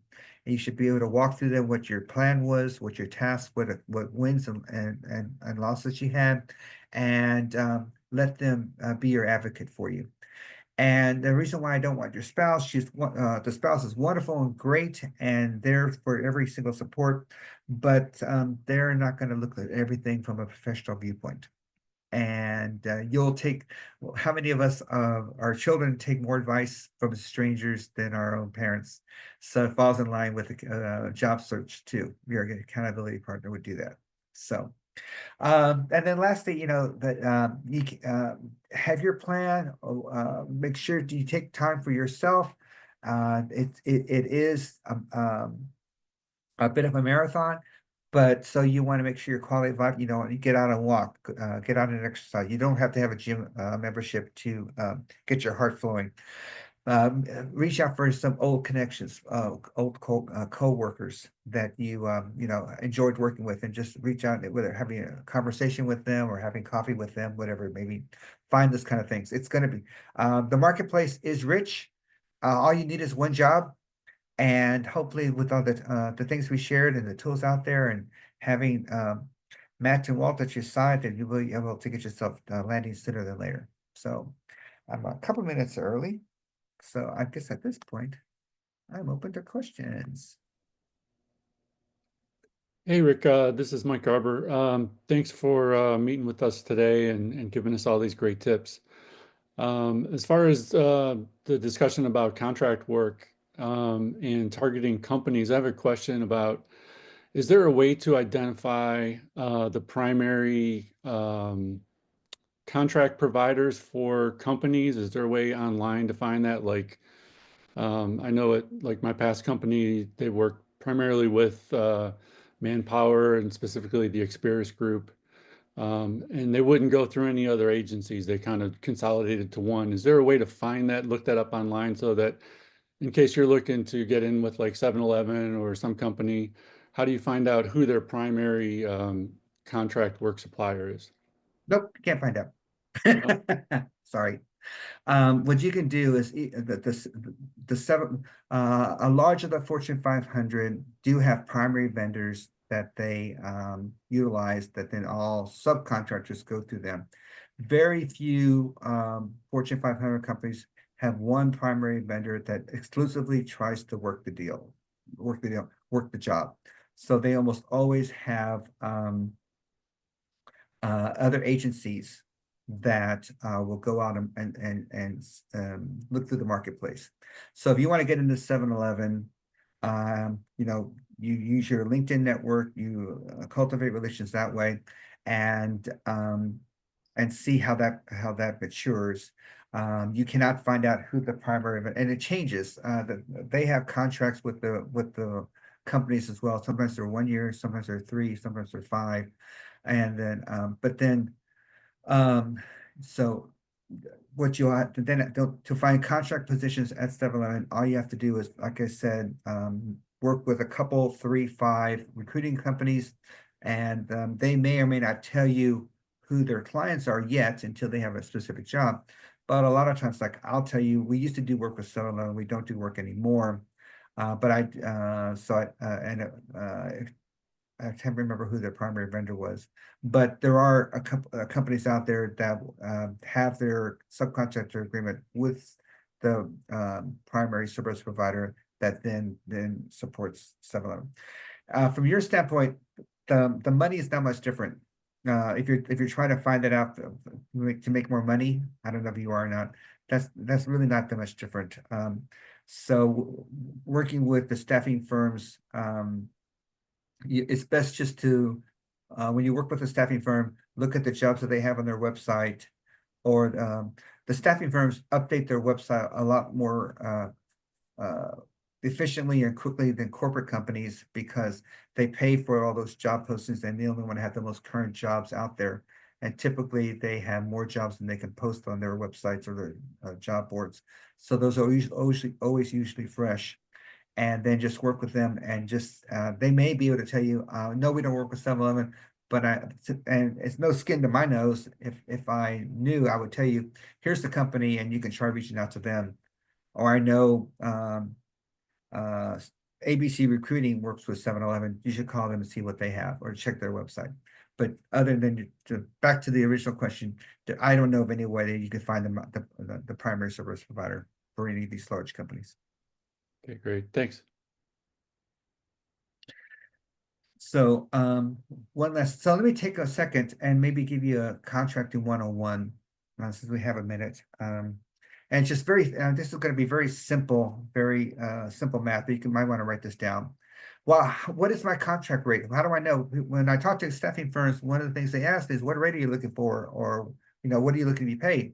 So here's a simple way that you can figure out where you can start things with. So let's say your salary at a full-time position was 100K. I'm just using it as an example. 100K in simple math is about 50 an hour. You take 100,000 divided by 2,000 hours. It's really 2080, but it's, again, simple math. So 100K divided by 2,000 is $50 an hour. Now that's just straight dollars of salary. I'm not counting any benefits, any PTO, any of this stuff. And again, people can argue all they want, but again, in simple terms, we try to tell people to add $10 to whatever that rate is to help you with those additional costs. So if you're $50 an hour, you add $10, and that'll help pay for your COBRA, that'll help pay for your health insurance. It may not help pay for all of it, but that's $10 an hour. So that's an extra 10 times 1,170, $1,100 a month for benefits. So now your rate generally is about $60 an hour. Add up to $50 an hour for your salary, $10 for benefits, that's 60. So if you're talking to your staffing company or recruiting company, and they are and you say, well, so what rate are you looking for? What contract rate are you trying to hit? I would say I'm looking for between 60 to 70 an hour, or $60 to $65 an hour. Now, naturally, they'll probably lean more toward the smaller number, but again, it gives them a range. And they can say, okay, great, this position pays 65. Well, 65 is in my rate. Let's talk more. Oh, I'm sorry, this one only pays 45. Then you have a decision. Are you open to making a little bit less money for an opportunity to interview somebody to get into a contract role, or do you want to pass and just move on? And that's completely up to you. That's your viewpoint. So, but again, you now have a little framework of where you can see yourself being competitive. That's not going to be outrageously asking for a lot of money. Because if you're making 100K and you want $100 an hour, those just don't equate, you know. And if you are making 100K and you want $30 an hour, that's probably not in sync either. So this is just a couple simple little formulas. I'll give you a simple idea. If your current salary was 70K, that's 35 an hour at 10. So you're looking for 45 an hour about. So and I would probably say I'm looking between 42 and 50 an hour. I would do something like that. So hopefully, if you hadn't thought a whole lot about that, because staffing firms on contract dollars or pay you by contract dollars, they already know what that budget is. They already know what the best they can pay a consultant. So, and then don't be the individual that says, well, once they see my resume and they see the value that I can bring, they will be able to pay me. You know what? Everyone has the specific budget. They may have a couple of dollars they can wiggle with one way or another, but it's just not going to work out. It's wasting everybody's time. So those are the key things there. All right. I'm ready for any more. Was that Venice? You and your wife, that picture? That looked like Vatican City to That was me. Vatican, yeah. Vatican City? Okay. Yeah. And Machu Picchu, which means you had to eat some funny stuff up at that altitude in order to not pass out.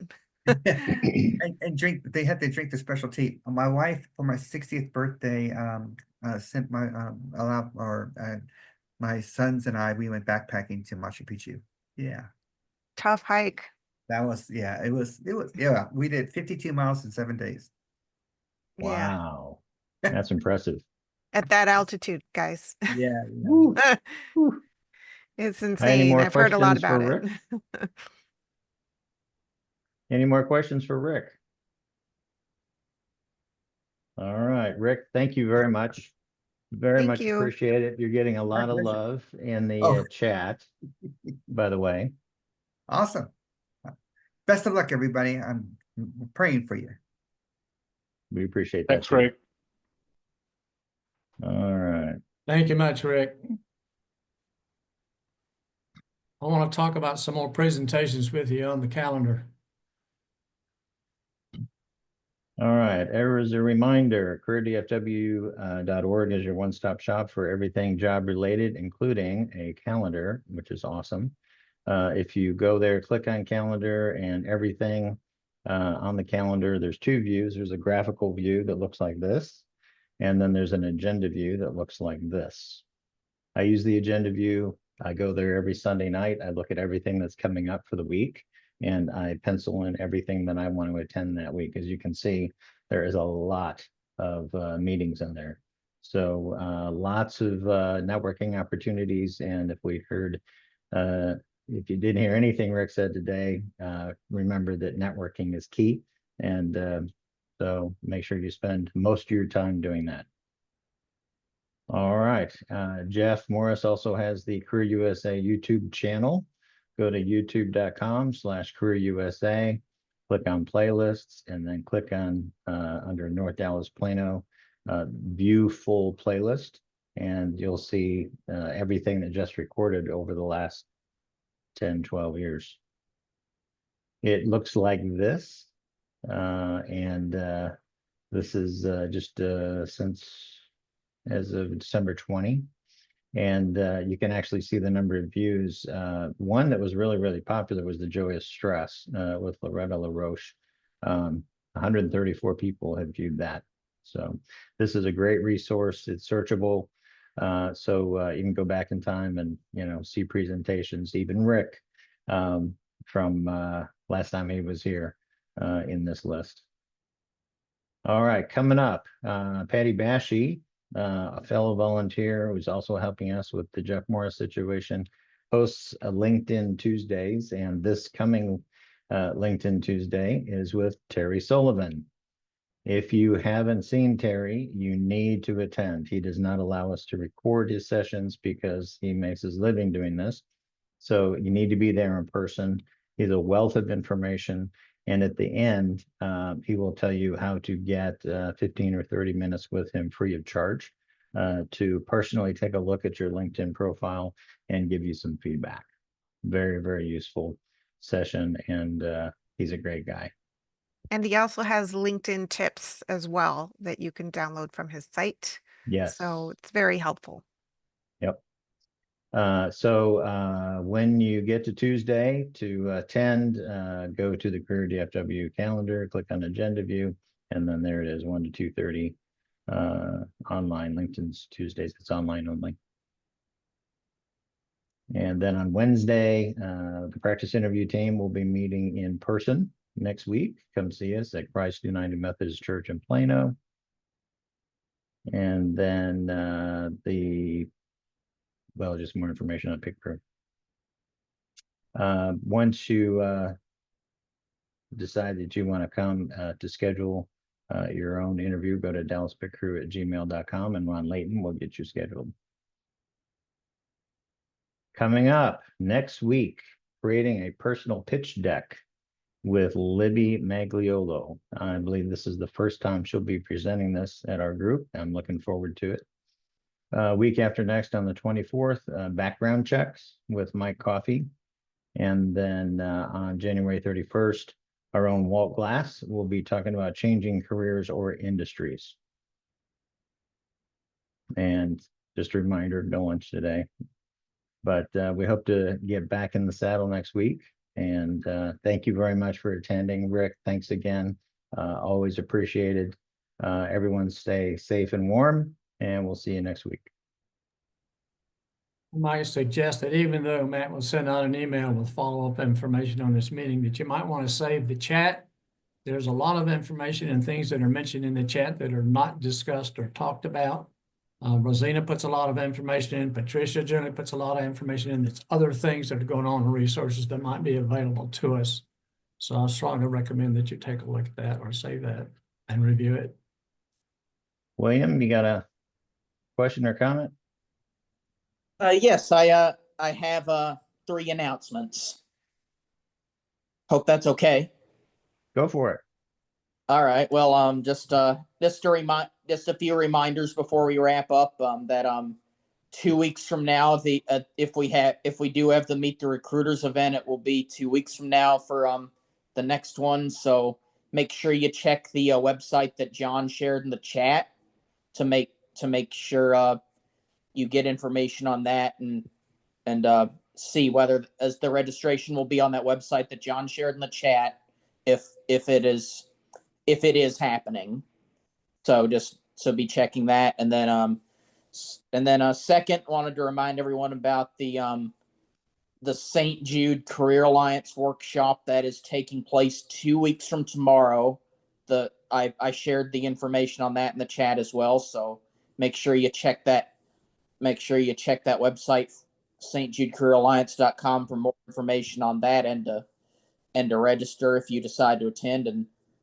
And lastly, I just wanted to remind everyone that any job search questions that you have, you can make sure you check out the channel A Life After Layoff. And there's lots of useful information on that channel regarding information about any job search questions that you might be looking for answers to. So there's a lot of free information out there. So those are my 3 announcements. Thank you very much. Thank you, William. Always appreciated. And I will be sending a follow-up email as usual with Rick's presentation as attached. I will pull that email list from the chat. So if you haven't already, please enter your email address into the chat if you want a copy of the presentation and copy the chat and the recruiter information. Anything else before we wrap up? All right. Be safe out there. Take care, everybody. Thanks, Matt and Walt. Yeah, Oh, thanks, Matt and Walt. I see Stay email safe. addresses coming to the chat, so See you, I will leave Patty. I'll leave the chat open for a few more seconds. Yep. And thanks, John. Thanks, William, for looking that up on St. Jude for the 25th. Appreciate it. And for adding into the chat. Thanks, everyone.